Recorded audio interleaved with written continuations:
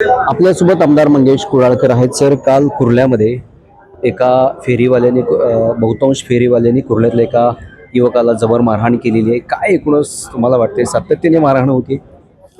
या प्रसंगामध्ये आजच मी कुर्ला पोलीस स्टेशनला भेट दिली आणि जो युवक गुप्ता म्हणून होता, त्याला ज्या फेरीवाल्यांनी बहुतांश फेरीवाल्यांनी त्याला मारहाण केली होती, तर त्याला सुद्धा बाबा हॉस्पिटल या ठिकाणी जाऊन बघितलं आणि त्या ठिकाणी डीन आणि डॉक्टरांना सुद्धा निर्देश दिले की चांगल्या प्रकारे त्याची व्यवस्था करा, त्याला व्यवस्थित लवकरात लवकर बरं करा, त्याचे चेकअप व्यवस्थित करा, अशा प्रकारचे निर्देश दिलेले आहेत.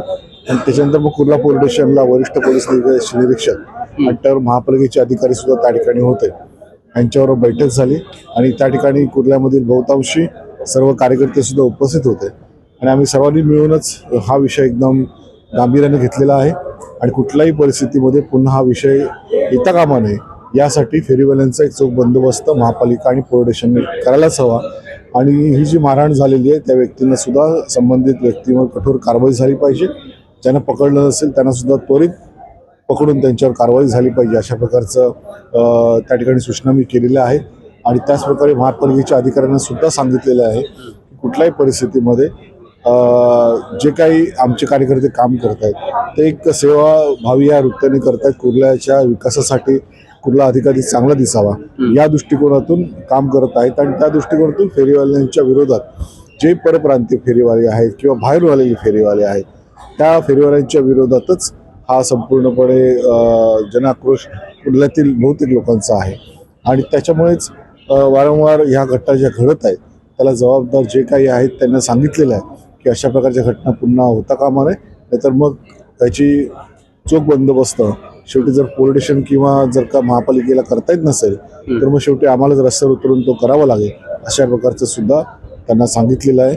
आणि कुठल्याही परिस्थितीमध्ये दोषींवर कारवाई झाली पाहिजे. सातत्याने काय होतं की 1-2 महिन्यांनी ज्यावेळेस प्रशासन जागं होतं त्यावेळेस तात्पुरते फेरीवाले त्या परिक्षेत्रामधून बाहेर निघाले जातात, परंतु नंतर काही कालानंतर परत उभे त्या ठिकाणी होत आहेत, म्हणून अशा प्रकारे मारहाण होतीये.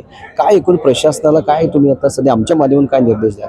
नक्की प्रशासनाला मी सांगितलेलं आहे, मग महापालिकेचे असतील पोलीस स्टेशनचे असतील त्यांना सांगितलेलंच आहे की कुठल्याही परिस्थितीमध्ये कुर्ल्याची जी समस्या आहे विशेष करून फेरीवाले आणि या फेरीवाल्यांच्या बाबतीमध्ये काय होत आहे की सातत्याने लोकांना, कारण कुर्ला हे रहदारीचं ठिकाण आहे आणि त्या ठिकाणी एकतर अरुंद रस्ते आहेत कुर्ला पश्चिमेला आणि अरुंद रस्त्यावर ते फेरीवाले सुद्धा बिनबोकाटपणे आपला धंदा करत असतात आणि त्याच्यामुळे नागरिकांना सुद्धा, कुर्लेकरांना म्हणा किंवा बाहेरचे कुर्ल्यामधून जे प्रवास करतात इतर ठिकाणी त्यांना सुद्धा फार मोठा त्रास सहन करावा लागतो. तर ह्यासाठीच आमचे कार्यकर्ते सातत्याने ह्याच्या विरोधात आहे आणि म्हणूनच त्या कार्यकर्त्यांना टार्गेट करणं हे फेरीवाल्यांचं आता झालेलं आहे. पण फेरीवाल्यांना सुद्धा आम्ही निर्देश दिलेले आहेत की कुठल्याही परिस्थितीमध्ये जर काय पुढे अशा प्रकार झाला तर मग रस्त्यावर उतरण्याशिवाय आम्हाला पर्याय नसेल, याची खबरदारी पोलीस स्टेशनने घ्यावी. धन्यवाद तुम्ही आमचे संवाद साधल्याबद्दल. हे होते कुर्ला विधानसभेचे आमदार मंगेश कुडाळकर. मी गुणवंत दांगा, DRB न्यूज, मुंबई.